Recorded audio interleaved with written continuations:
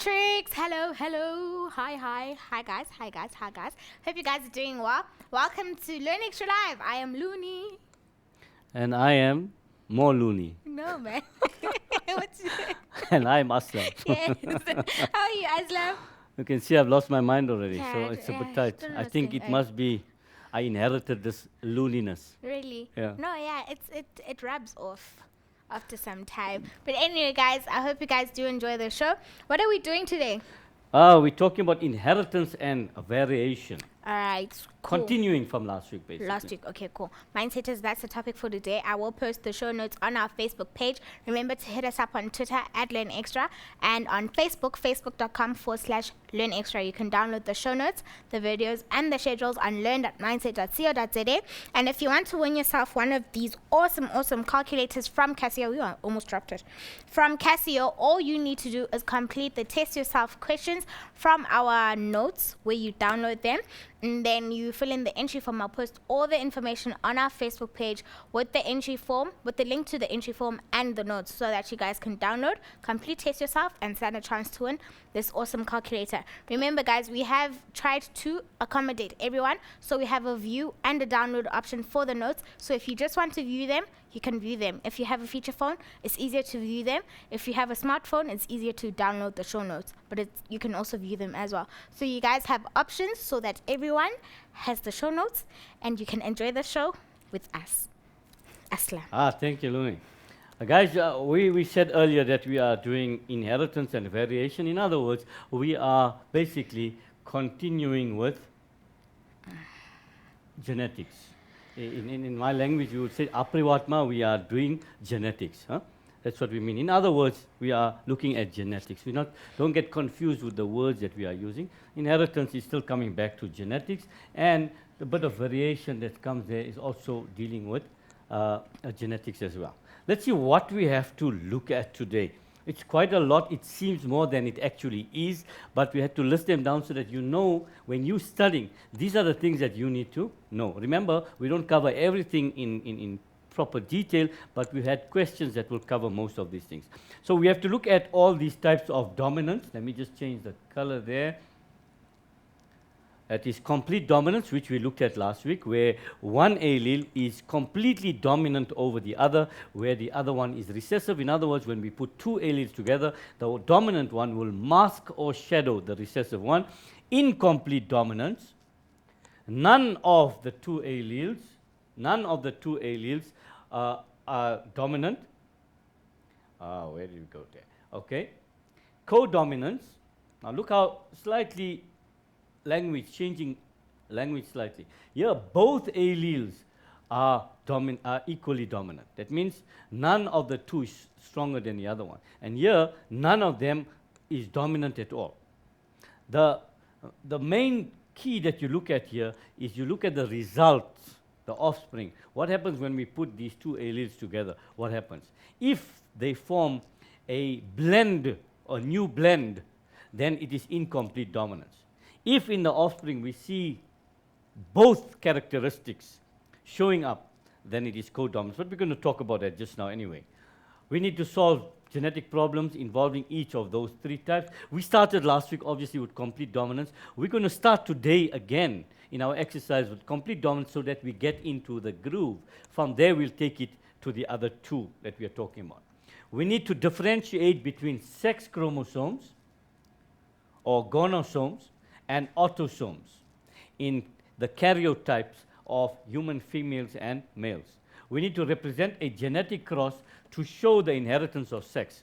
Now, here we're not talking about the act of sex, we're talking about whether you're a male or a female. In other words, when a set of parents have children, what are the chances that their child that's going to be born, Looney, is a girl or a boy? That's what we are talking about here. So don't get too much other ideas there. State what is meant by multiple alleles and explain its manifestation in determining blood groups. In other words, how does this work when our blood groups are, whether I'm blood group A, whether I'm blood group B or O or AB, etc. We need to solve genetic problems dealing with blood groups as well. Then we move on to state what is meant by a mutation and list the causes of mutation. We must differentiate between harmful, harmless, and useful mutations. We must also differentiate between a gene mutation and a chromosomal aberration. Very big word. Okay? Describe how mutations contribute to genetic variation and natural selection. Describe how mutations lead to altered characteristics, genetic disorders. We started a bit of that last week. We'll continue this week as well. We must also differentiate between we've said that already. We must now, we've already done that part. Now, in addition to how sex is determined, we must also talk about sex-linked characteristic. What is a sex-linked characteristic? And we must solve genetic problems involving sex-linked characteristics. We must also state what is meant by a genetic pedigree, and we will continue with this concept pedigree next week as well. And we must interpret pedigree diagram. This is more important actually, where you get a pedigree diagram and you must be able to interpret. It means you must read what is happening in the diagram, and you must be able to offer answers in questions that are dealing with that. Good. So that's what we have to do. But before we get to our actual work, let's look at our challenge questions. The first one is another multiple choice question, but you have to read. A mother has blood group B, father with blood group O. They have 3 children and an adopted child. The blood groups of the children are represented in a table below. So they're giving you the blood groups of all the children. They say which child is adopted. Obviously, to get to this multiple choice answer, you need to do some genetic solving of problems, which we're going to deal with a little later as well. And the next one says, question 2, Duchenne muscular dystrophy is a sex-linked disorder. So they're telling you that it is sex-linked. A male with this disorder has daughters who are carriers of the disorder, while none of his sons are affected. None of them have this condition. Explain why this happens. This should be out there, obviously. No question mark. It's an instruction. Explain why this happens. Good? I also want you to do a little bit of research on, remember last week we had the challenge question on straight and curly hair.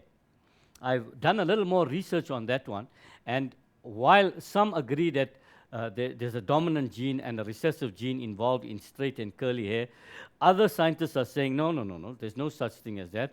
The straight and curly are actually incompletely dominant, and therefore straight-haired parents and curly-haired parents actually give rise to children who have wavy hair. Now, obviously, to our eye, untrained eye, wavy, curly, what's the big deal?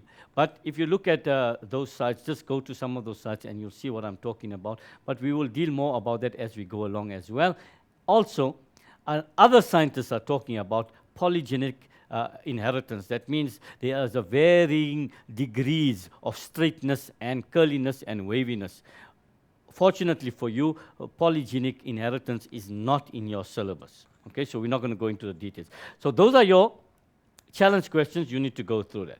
Now let's go to what we are doing again in a summary form. We are looking at genetics. We are looking at the types of dominance, the blood groups, mutation, inheritance of sex. That means how sex is determined, and also sex linkage. And lastly, we're looking at pedigree diagrams. Those are the basic problems we are looking at.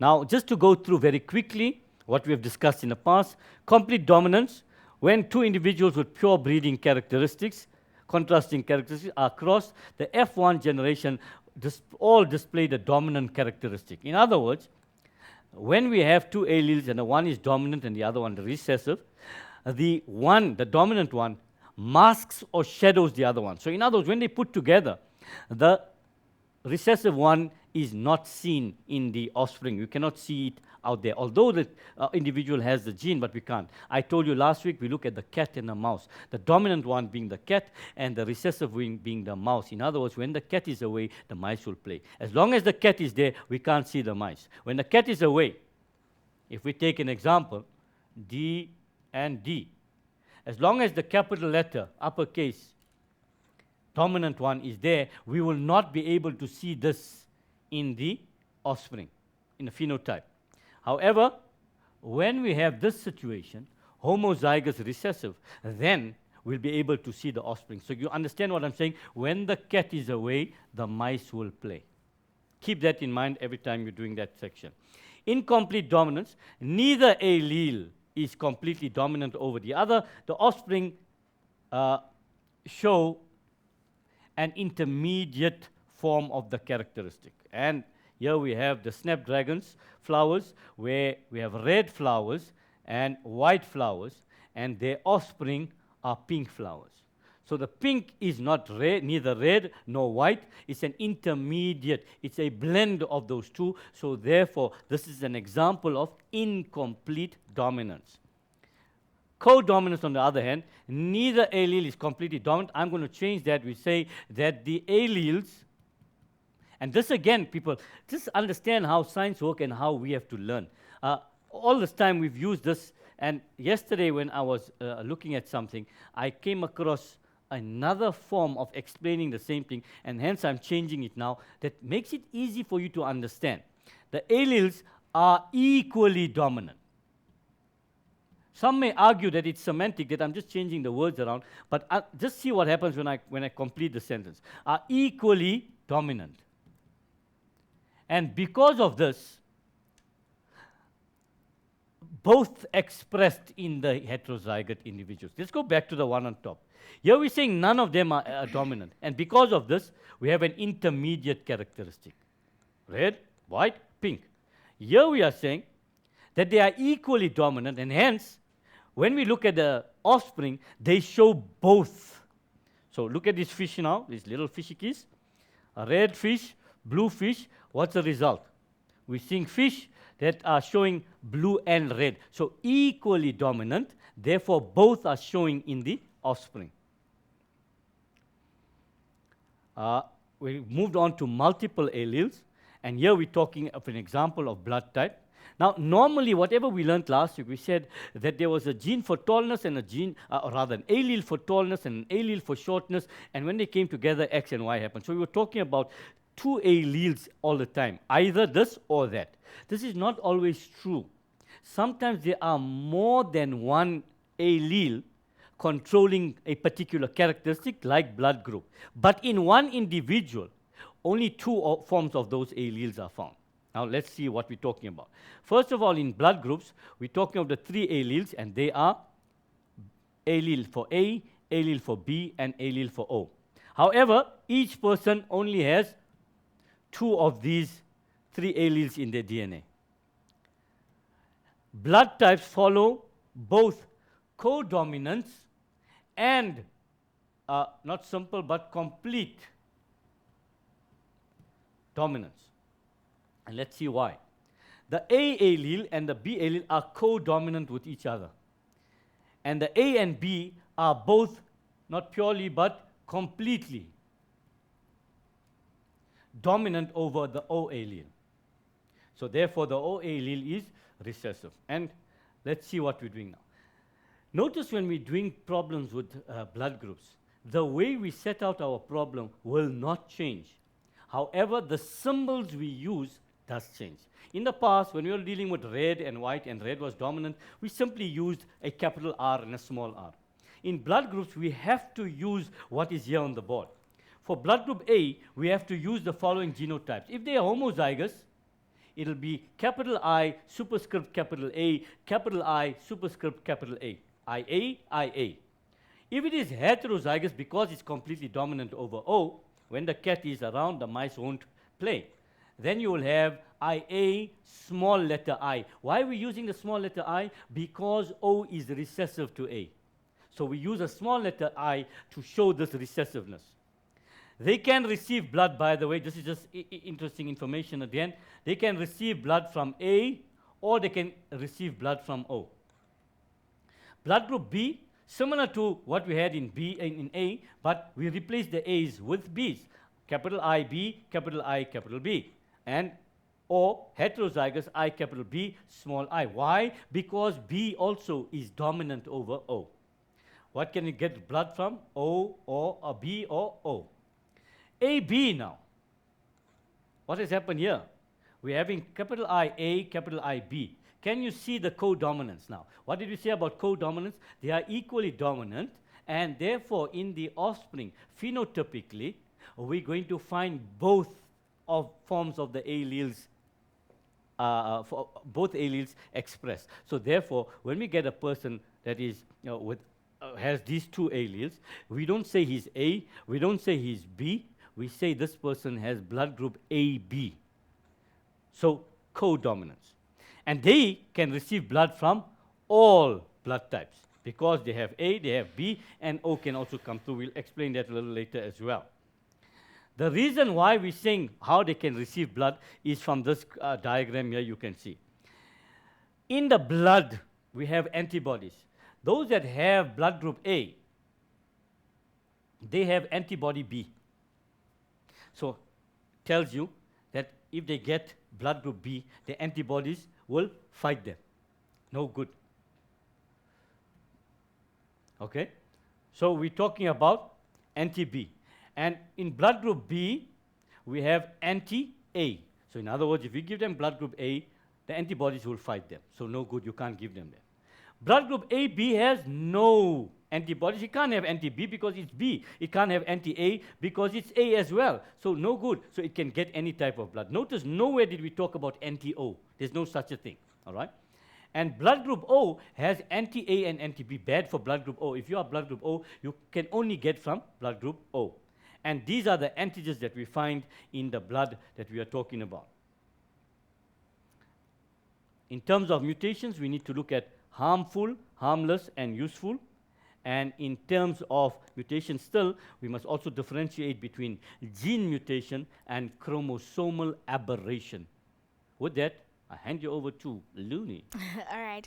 Mindset is just a quick reminder. Remember, guys, if we can't get through all of your questions during the show, we do have a help desk. I did post it on our Facebook page. So send all your questions through there, guys, and you'll get help. And just a reminder that the Life Sciences Learn Extra Help Desk is proudly brought to you by Excel Brain Power for cognitive development. And with that said, let's take a quick break.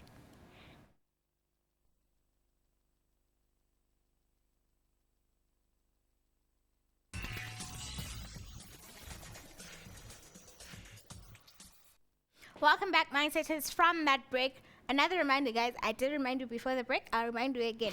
If we don't get through your questions during the show and you miss anything and you want explanation, we have a help desk. It's on our Facebook page. Go to Facebook, you'll get it there. And just so you know, guys, the Life Sciences Learn Extra Help Desk is brought to you by Excel Brain Power for cognitive development. Ta-da! There we go. Continuing with our looniness, let's carry on.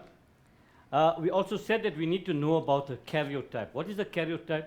It's a graphical representation of the number and position of the different chromosomes within an organism. This one here is the human karyotype, showing you the 23 pairs. Notice we have 1 to 22, which are autosomes, and we don't have this in both. This is either or. You can see there's a big or there. It's an either or. In a female, you're going to get XX, where the chromosome sizes are the same.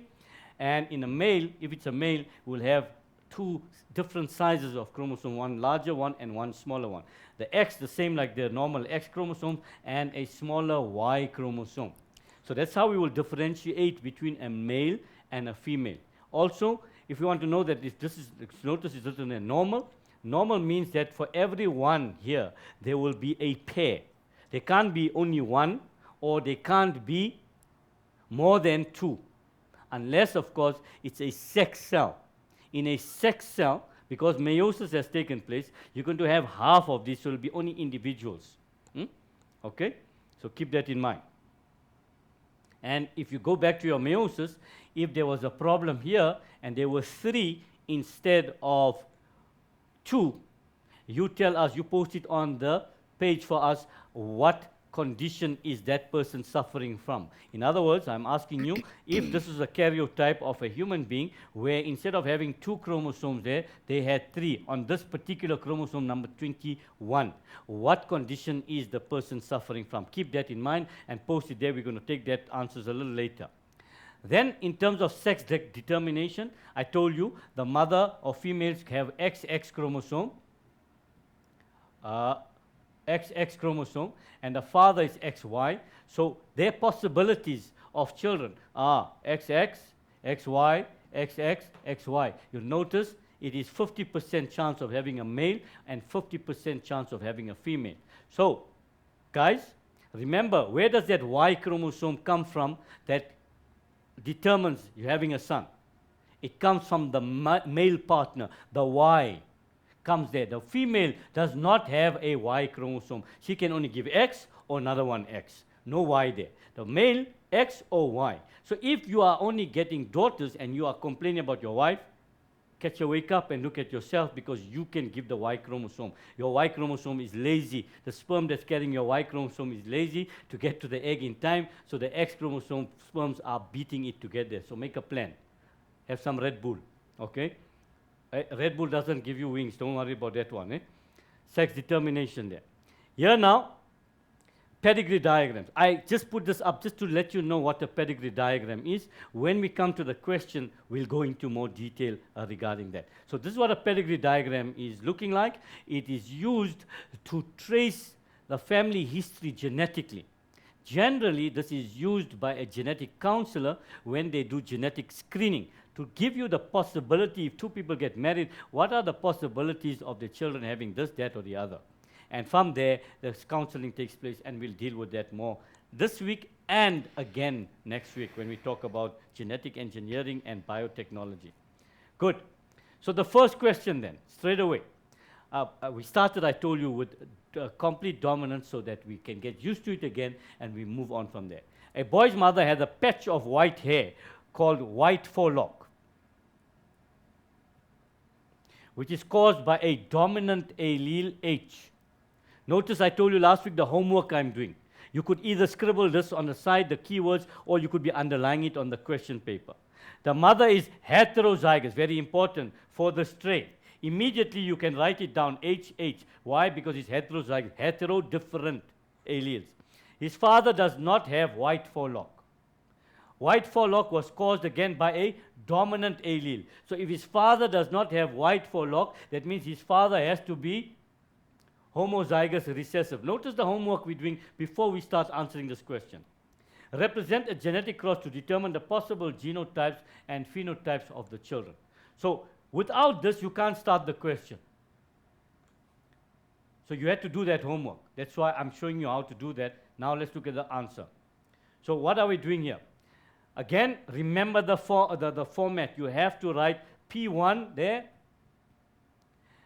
Phenotype. Father had no white forelock. Mother had white forelock. Genotype under that. Father is homozygous recessive. Mother is heterozygous. They told you this in the question. They didn't tell you he's homozygous here. They didn't have to tell you, because no white forelock is recessive. So that means when the cat is away, the mice is playing. There's no cat here. There's 2 small letter H's. Good? Then gametes, all we're doing, we're taking this guy and we're separating them.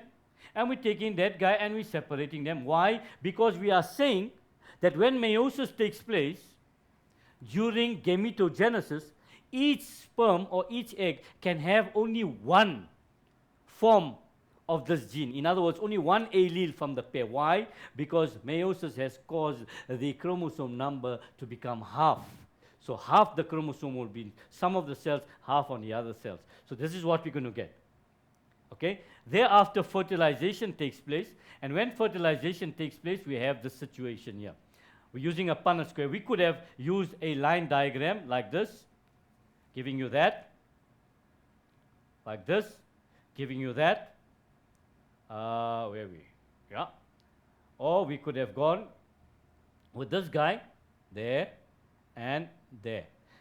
Now you notice why I discourage you from using line diagrams because you can get confused, and some people may even join the one gamete with the same gamete, and that's no good because the males will be fertilizing eggs and not that. So the Punnett square works better in this way. So we put our gametes. I say keep this rule. Whatever is on the left, keep it on the left. Remember, you can switch it around, but this is for your own sanity and for your own confidence when you're doing this problem. Whatever is on the left, keep it on the left. Whatever is on the right, keep it on the right. And in this case, right is on top. And then all you're doing, you're saying this H and that H, you're getting a heterozygous there. That one and that one, you're getting homozygous. That one and that one, heterozygous. That one and that one, homozygous. So what have we come now? So we write the word F1 here. Remember, for meiosis and fertilization, there's 1 mark. And for P1 and F1, you're getting another 1 mark. So even if your answer was wrong out of 6, you would get 2 out of 6 if you follow the format. This is how important the format is. Get used to using the format for all your problems. This is why we're putting it here, okay? So at the bottom, we're going to write there also, phenotype, 2 without white forelock and 2 with white forelock. 2:2, or we can say 1:1 in the end also. And our genotype ratio, what's our genotype ratio? 50% hetero is to 50% homo, recessive. Now here, why am I using percentage here? I'm only using percentage to show you we can show it as a percentage. We can also show that as 1:1. 1 heterozygous is to 1 homozygous recessive. It's not necessary to show it as a percentage, but if the question asks you to show a percentage ratio, then you have to use percentage. Good. What type of dominance is illustrated in this cross? I gave it away in the start. I told you I'm dealing with complete dominance because the one completely dominates over the other. When that capital letter, when that allele for white forelock is there, the child will have this white forelock. While I'm talking about this, I'm thinking of my good friend Ziad Aswat in Denmark because he from young had the white forelock. So now I'm trying to put that into my perspective that's why he had the white forelock. Okay, but anyway, Ziad, if you're listening to me in Denmark, I doubt it anyway. Let's not talk to him. Rabbits with brown fur were crossed with rabbits with white fur color. Now notice there's a slight difference already in the way the problem is presented. What have they done here? They're saying rabbits with brown fur, capital B, were crossed with rabbits with white fur, capital W. Look at the homework again. The minute they're using 2 capital letters, that must tell us already, hello, hello. This is not complete dominance. It can either be incomplete or, codominance. You got it. Right. All the resultant offspring, in this case, were cream. I told you to differentiate between incomplete and co, you look at the offspring. If the offspring are both, in this case, black and brown, then it's codominance. However, in this case, it's cream. Under original problem, we didn't talk about cream. So cream is an intermediate. It's a blend. New one. So already we must know that this is incomplete dominance. But notice, guys, when you're working out the problem, the way you work out the problem does not change. You are now using only capital letters and capital letters. But the way we work out, genotype, phenotype, gametes, F1, all that, is still the same. But the results are different. Let's see why. I want this to sink into your head to know that genetics is easy. And I'm saying this specifically for my own daughter, Yasira, who I overheard telling her sister yesterday that it's very difficult, this genetics. And her father is sitting there that's here broadcasting to the whole country, and she can't get genetics right. So to Yasira, catch your wake up, genetics is easy. Okay? Now, let's look at this. P1, again, the format is the same. What are we doing? The parent was brown and white in this case. I said black earlier, sorry, my mistake. Brown and white, okay? Capital B, capital W. Because it's incomplete dominance, they don't have to tell you it's homozygous. If they tell you that these 2 parents gave you cream, you can't have it any other way, okay? All the offspring. if they had to say a portion were cream, then you have to start thinking about, because heterozygous can also give you that situation. But in this case, they tell you all were cream. All were cream can only come from this combination. Okay? Our meiosis again, and we separate the gametes, and we have the Punnett square there. Whatever is on the left is on the left, whatever is on the right is on the right on top there. And obviously, because we got only B on this side and only W on this side, all our offspring will be BW, BW, BW. But what did the question say? F1 and F2 generation. And 6 marks, they cheated you there. We can't give you 6 marks for 2, but this I put deliberately so we can go to the next stage. Okay? So that is your first stage. They're all going to be that way. So all will be cream, 100% cream. Now, for the F2, what do? Now we don't write F1 here. I've written F1. I'm going to get 1 minus mark there. So we start here with not P1, but with P2. And this must obviously become F2. Please understand that when you do the second generation, you can't use P1 and F1. You have to change it to P2 and F2. Second parents and second filial generation. Okay, so we start off with the genotype, phenotype, both are cream, and our genotype BW, BW. Gametes, same story, we're separating them only, and whatever is on the left, you keep them on the left, whatever is on the right, you keep them on the right. That and that, now we're going to have to work it out. That one was easy. B, B, there you got capital B, capital B. That one and that one gives you capital B, capital W, capital B, capital W, and lastly, W, W. Notice whether you write capital B first and W or W, capital B, it's the same thing. They're still going to be cream. It's not going to make a difference. Okay? Now, what we have here now, look at the genotype. We have 1 homozygous brown, 2 heterozygous, and 1 homozygous white. That's what we got there. And the phenotype, 1 brown is to 2 cream is to 1 white. Now, if you remember, when we did a heterozygous cross last week in complete dominance, our genotype ratio was 1:2:1. Here, the phenotype is 1:2:1, and the genotype is 1:2:1.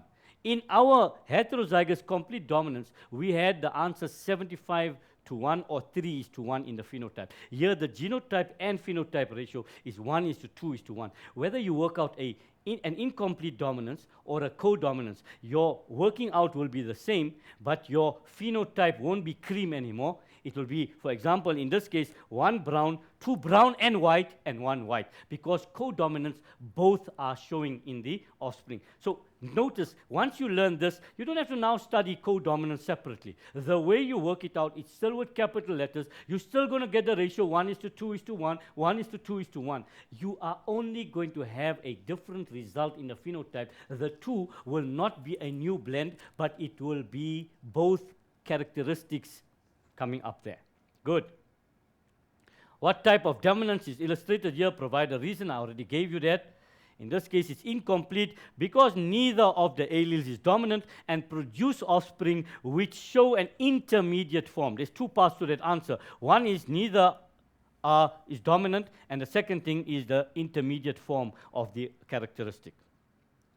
In an experiment to show codominance, plants with white flowers were crossed with, they're already telling you this is codominance, with plants with red flowers. All the offspring in the F1 generation have red flowers with white spots. Notice the difference now. The F1 offspring were interbred. The results of the cross between the F1 and F are shown here. So in other words, we took these red W, red W, red W, RW, RW. Okay, and we crossed them, and we got this. Now they're giving you numbers. Now they're confusing us here. What the hell is going on here? They're saying there were 210, 420, and 210 white. Already, just by those numbers, you can see that that's 1:1, and that's times 2. 420, 210 times 2 gives you that. So your ratio is 1:2:1. Immediately, you could pick that up, because the last 2 numbers are the same. All right? So the first question shows the genotypes of all the varieties shown in this table. What are the genotypes of these organisms? They told you the phenotype, what? Red and white spots. Now they want to know what is the genotypes. That's obvious and easy. For red, it will be RR, capital R, capital R. For white, it will be WW. And for red with white spots, it will be RW. Simple. 3 marks for that. Then they're saying, give the ratio of the different phenotypes, which I worked out for you already, and that is 1:2:1. And last, they say use the data in the table to draw a pie chart to illustrate the proportions of the different genotypes. Now, for the pie chart, remember, because you are dealing with a circle, and the circle, the angle is 360 degrees, you have to work out these things as ratios or percentages of that. And you will find that you come to this conclusion. You'll show the calculations. Remember, you must show the calculations. This one is a very easy one, so you don't have to go into the details, because it's showing you that the two small ratios are 1:1, and the other one is double of that. So in other words, half of the circle must be of the 1, and the other half must be divided into 2 for each of the other 2. 1:2, 1, 1, 1:2:1. That's how we got to this one here. Obviously, you work with numbers, you can work them out as percentage. If percentages are given to you, you can work out the angles, and if you're working out the angles, you're going to take your, say for example, it's 20%, then you're going to say 360 times 20 over 100, and you're going to get an answer here. 20% here, 3672. Obviously, you'll be 72 degrees. You must have a protractor, you must have a compass, and you must have a sharp pencil to do this exercise. And that is how you will show this proportion in this particular, and you must have a title, obviously, guys. The proportions of different genotypes for flower color. And you have to either shade them like this, or you label them. WW, RR, and RW. Sometimes they ask you also to put the percentages inside. So you will put the percentages of this. This is 50%, obviously, and this will be 25%, and this will be 25% of that whole ratio. 1:2:1, so 50%, and the other two are divided into 2 segments of 25%. Are we happy with that, guys? I'm hoping so. Right? By the way, we also have normally a rubric that goes with this, and consult a memo that you have with you to see how marks are allocated for graphs. Notice in the past, graphs were about 13 marks. They went to 9, 11, and 9, and now the standard is between 6 and 8 marks, depending on the complexity of the graph, etc. Right, the karyotype below is that of a male person with a genetic disorder called Klinefelter syndrome. Why you ask me Klinefelter syndrome? We didn't do it in school, sir. Right? Don't get too panicky. You just see what the questions are asking you, if they're asking you something that you can't answer. All right? Let's see. So they're giving you the diagram. I told you for each one we must have 1, 1, 1, 1, 1, 1. Okay? So here what's happening, there's it, 1, those are autosomes. All the autosomes are fine. All the autosomes are fine. Again, your homework. You're looking at the diagram. But you come to 23, there's supposed to be 2 there, and what do we see? 1, 2, 3. And we notice that 2 are of the same size, and the other one is of a smaller size. So in other words, this human being is XXY. You either XX or you XY. This one is XXY. So this is a problem. Okay?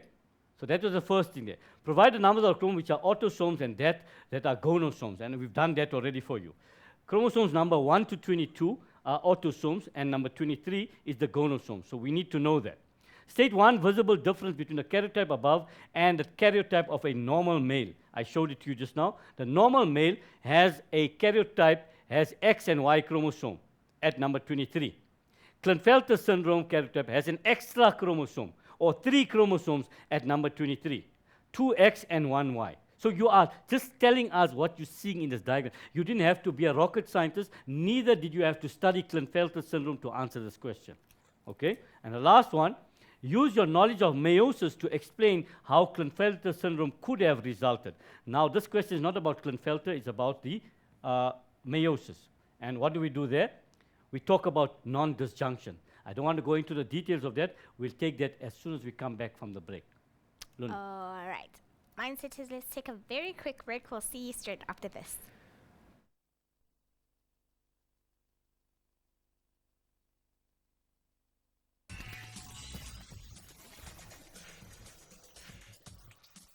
Welcome back, guys, from that break. Thanks, Looney. Let's move on, guys. We don't have much time. We're having so much of fun. Time is just running against us. So let's carry on with question 3. We've answered only 2 questions so far. They were longer questions and they needed explanations, so therefore we took a bit longer with them. The table below shows the percentage distribution of blood groups in a province in South Africa. There's the blood groups. Blood group A, 35, 15, 10, 40. Okay? They've given you that 40, that's 50, 100. 50 plus 50, 100. How many genes control the blood group shown above? Now notice they didn't say how many alleles, they said how many genes. There is 1. A, B, and O are simply different alleles of the same gene. So it's 1. It should have been 1 mark anyway there, right? Or explain your answer, sorry, you had to talk about that. So that's why you're getting 3 marks there. Explain how it is genetically possible to have 4 blood groups in a population. How do you get 4 blood groups out of that? Obviously, blood groups are controlled by 3 alleles, that is IA, IB, and small I. This should be small I, which when in combination provide 4 phenotypes, that is blood group A, blood group AB, blood group B, and blood group O. So first of all, you must tell them that there are 3 alleles that control blood groups. And when they are combined, you name them obviously, and when they are combined, they give us these 4 types of blood groups. And also, we can even talk about the fact that it's complete and complete and co-dominance. The complete dominance gives us blood group A and B, and the co-dominance gives us blood group A, B. And obviously, we get O from the complete for recessive. Use a genetic diagram to illustrate how a man with blood group A and a woman with blood group B can have a child with blood group AB. Assume that both parents are homozygous. Homework. Notice the homework. Please, guys, I need you to concentrate on the homework part. What am I underlining? Why am I underlining that? Because those are the clues to work out the problem. And how do we work out this problem? There we go. So again, same story. Look at what has happened. We have not changed the format. We have kept the format the same. We have only changed the symbols. I told you in blood group, we have to use capital I and small I. Let's see how we do it. P1, phenotype A and B. Oops. Okay. Genotype, we said that both parents are homozygous. So it's IA, IB, IB. Meiosis takes place, and there we have our gametes. We separate them, IA, IB, IB. And when we put them together, whatever is on the left, whatever is on the right is on the right. And when we combine them, we can only get AB. And our genotype, IA, IB, 100%, phenotype, AB. See, I put white there. This is from another format I used here, okay? It should be AB. All right? That's as easy as it is to work out a blood group. But now, sometimes it becomes a little complicated when they tell you that there was this mother has blood group A and the child is blood group O and the father is blood group B and there was a mix-up at the hospital. Now you need to do more working out like this to get to the answer. This was straightforward. Good. Now we're moving to the pedigree diagram that I told you earlier about. Pedigree diagram of a family where some individuals have hemophilia. So that's the first thing. Hemophilia is a sex-linked disorder. By the way, the examiner is not obliged. He doesn't have to tell you it's sex-linked because you've studied hemophilia and color blindness. Those two you know are sex-linked. He can give you another sex-linked disease, but then he must tell you it's sex-linked because he won't ask you about that disease, but he will ask you how to work it out, and that's what's important in these cases. All right? Use X capital H for normal blood clotting and X small h for the hemophiliac trait. Now, if you're working out a pedigree diagram when they're talking about sex linkage, the first thing you do in a diagram like this is for all the males, they're giving you a code here. Males are the squares and females are the circles. For all the males, you will write there X, Y. For all the females, you're going to write X, X. And so you're going to go on.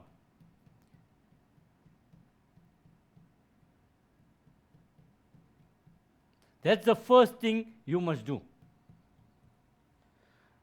Remember, when it's sex-linked, you have to use the letters X and Y in your answer. If you do not, then your answer is wrong. If it's not sex-linked, you cannot use X and Y. Remember that. Okay, so they're telling you that now. Right now, what they're telling you there, male hemophiliac is this is supposed to be slightly higher, I think. All right. hemophilia right, okay. So we're saying that this particular, what did I do here? X, Y, no? Joseph, X, what did I do there? X, Y, yeah. My Y's are looking like X's, sorry guys. Okay, so X, Y, and X, X are given there. So if Adam, in this case here, just look at the coding here first, please guys. They're telling you the hemophiliac, this is supposed to be higher there, right? So let's go back to it. They're telling you now, from the pedigree diagram above, state the relationship between gender and the incidence of hemophilia. What can you see here in the blocks? Male, male, male, they all have hemophilia. So what's the problem there? It tells you that the incidence of hemophilia are greater in males than in females. Okay? In this case, it's only in the males. Write down all the possible genotypes of A, B, C, and whatever there, right? Okay? So A, B, and C, they're not given there. Let's look at that. XHY, that's the first, the one there on top. XHY. Why? Because he has the hemophilia trait, so he must have the small h. These ones here are normal, so they can either be XHH or XHH or with a small h. Now the problem is, because they're normal, how can we determine it? Now remember that the son does not get the X chromosome from the father, he gets it from the mother. So if this child is hemophiliac, that means he has the small h. He didn't, XHY, right? Now this X he did not get from his father. So therefore this X had to come from this mother. So we cancel that out. This mother had to be a carrier. There's the answer there. This guy is normal, so he'll have a capital H and a Y. This female is normal, but where did she come from? She came from these two parents, and this father had the small one, so he had to give her the small one, and because she's normal, she got the normal one from her mother. This guy is another guy, we don't know his parents, so it's hard to say, but if we go to the children, we can maybe get some answers. First of all, Daniel will get this small h from his mother. Sarah is normal, the father is normal, so he's going to give her normal there, that, or we can have that because it's not enough information, and the same goes there and there. So when we're looking at our answers, then we are looking at B. It will be XH small h because the mother has to have that small one to give the son, and the last one has XHY because he's normal male. Good. A scientist gathered information about the affected and unaffected individuals for a certain genetic disorder. They're not saying it's sex-linked. The genetic disorder is caused by a dominant allele. This was last year's paper, and this is where everybody got messed up, because normally a genetic disorder is caused by a recessive. That's what they used to think. But there are genetic disorders, like deafness, for example, that is caused by a dominant allele. It doesn't mean if it's dominant, it's more popular. It simply means when it comes with a recessive, it will show up. Okay? The findings of the scientists are represented in the pedigree diagram below. And there's your pedigree diagram there. And they're telling you what's the story there. Okay? Use the letters R and small r to represent dominant. So we can't use X here because this is not a sex-linked disorder. To recessive and recessive with respect to extending the genotype of individual. Which individual? Individual A. Individual A is this one here. Okay? So he's an affected male. And therefore, he must have the dominant characteristic. In this case, capital R. No? This one here is unaffected, so he has to R. Now, in this type of problem, you'd look for the recessive ones first. The recessive ones cannot have the capital R. So when the cat is away, the mice will play. So you do that. RR, RR, RR, RR, and small r there again. They all have small r's. Now, because this person here has two small r's, where did they get it from? They got it from each of the parents. So in other words, this father could not be homozygous for the condition. He had to be heterozygous to give this child that small r, and the other r they're getting from the other parent. At the same time, the fact that this person is having the problem, he must have a capital R. And the same goes with this one, and the same goes with that one. They must have the capital R because it's caused by a dominant gene. But this one child here has two small r's. So where did this child get the small r from? From each of the parents. So that becomes small r, small r. And this one here is a child from B. B doesn't have a capital R, so he had to get a small r from the mother. Can you see how we can do that without even answering the questions, just by doing this? Look for the recessive, put in the small letters, and move on from there. I'm going to leave the question out, and I'm going to go to your challenge questions quickly. A mother has blood group B and a father blood group O. So he got blood group B, mother, and the father's got blood group O. Now, already we can look at this thing here. B is a possibility. O is a possibility if the parent, the mother was heterozygous. B is a possibility. A, that's a problem. There's no A anywhere in these two parents. A can't come out of the sky. It can only come from the neighbor's husband. Really? Okay? So there's a problem there. So which child is adopted? It would have to be Cindy. And the answer is A. Because why? Because Cindy has blood group A, B. She couldn't have got A from any of these two parents. And the last one says, this muscular dystrophy sex-linked disorder, male with disorder, has daughters who are carriers, but none of his sons affected. Why does this happen? It's obvious. Look at the Punnett square now. You have to look at the Punnett square. And this is what we're saying. It's a sex-linked disorder. He has daughters who have it. If he has the disorder, he can give the X to his daughters, that small d there. But he doesn't give it to the sons because his X chromosome is not affecting his sons. So therefore, none of his sons will be affected. And look at what we are saying here. Sons do not inherit the X chromosome from the father, and therefore they will not be affected by this. Are we ready for some questions? We have some time only. Yes. Okay. I need help. This is from Gabza. If you cross the following genotype of the parents, big T times small t, can we write 1 big T and 1 T? I'm confused because they are homozygous. Yes, exactly. In this case, because your gametes are the same, whether you write two capital T's or two small t's, the same, and you can only show this even once because they're all going to be that. They're going to say that you can even write that times 2 there if you want to, but that you can do that, yes. Right. By the way, while Loon is finding another question, it's because both individuals are homozygous. That is why. When they're heterozygous, you can't do that. Because if it's heterozygous, it's two alternatives. You can't say capital T there, okay? Okay, and then I'm from Wavudi. Do we always use 2 different letters? We use 2 different letters. When it's complete dominance, we try to keep the same letter, but one in uppercase and one in lowercase, for recessive and for dominant. When it's incomplete and codominance, we use 2 different uppercase, and generally the letter we use is the first letter of the characteristic. If it was red and white, we use capital R for the red and capital W for the white in incomplete and co. In complete, we'll use capital R and small r.